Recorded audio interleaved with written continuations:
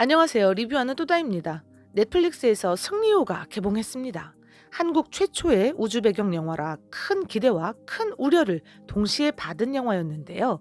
막상 뚜껑을 따보니 여전히 좋다는 의견과 별로라는 의견이 나뉘고 있습니다. 그래도 해외에서도 큰 반응을 보이고 첫 우주 영화인데 이 정도면 괜찮다는 의견이 좀 더 우세한 듯 보이네요.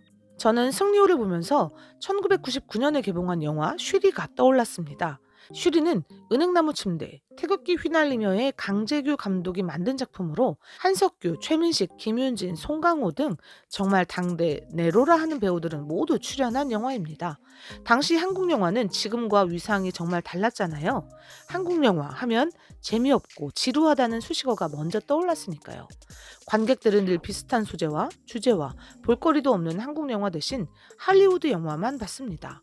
그러다 이 영화 쉬리가 튀어나온 거죠. 한국 최초의 블록버스터라는 이름을 달고 말이죠. 지금 기준에서 쉬리는 어설프고 모자란 듯 보일 수 있겠으나 당시 관객들에게 쉬리는 우리도 해볼 수 있겠구나 하는 마음을 심어주었습니다.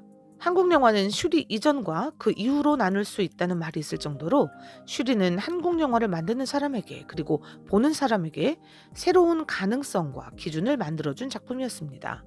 이번 승리호를 보면서도 비슷한 생각이 들었어요.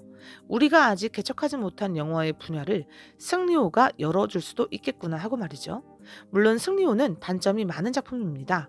캐릭터는 모두 어디선가 본 듯하고 스토리 또한 뻔하고 심파까지 빠지지 않고 들어있죠. 빌런은 어딘가 허술하고 매력적이지도 않아요.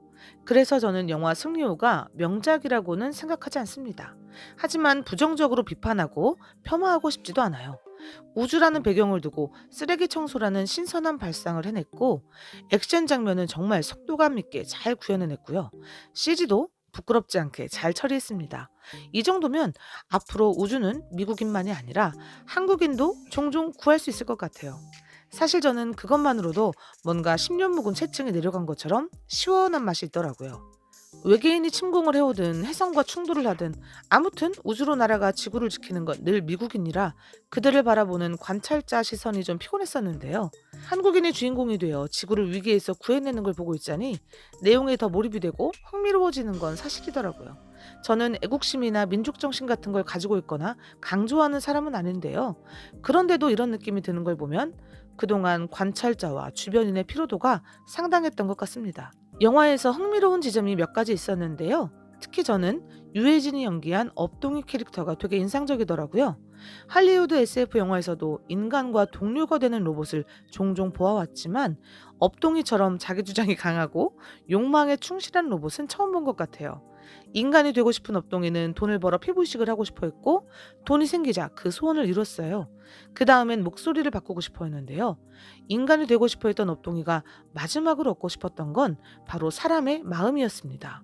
영화 후반부에 업동이가 우주 공간에서 긴 머리를 휘날리며 책을 읽고 있는 장면이 나오는데요.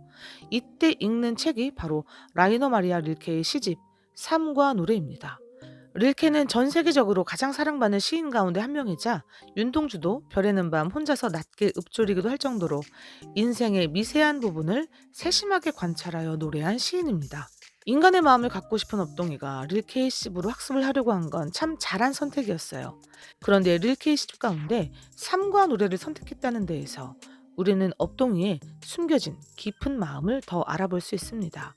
릴케의 삶과 노래는 바로 사랑에 관한 시집이기 때문이에요.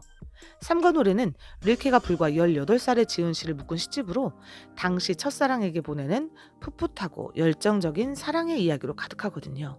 업동이는 이제 사람의 외모와 목소리를 넘어 이제는 사랑을 하고 싶은 마음을 가지고 있는 게 아닐까. 이 장면을 보고 추측해 볼 수 있을 것 같습니다. 나중에 승리호 2편이 제작된다면 장선장의 해적 시절 활약상과 더불어 업동이의 사연도 자세히 알고 싶네요. 여러분, 영화 승리호 리뷰는 여기서 마치도록 하겠습니다. 다음엔 더 알차고 재미있는 리뷰로 돌아올게요.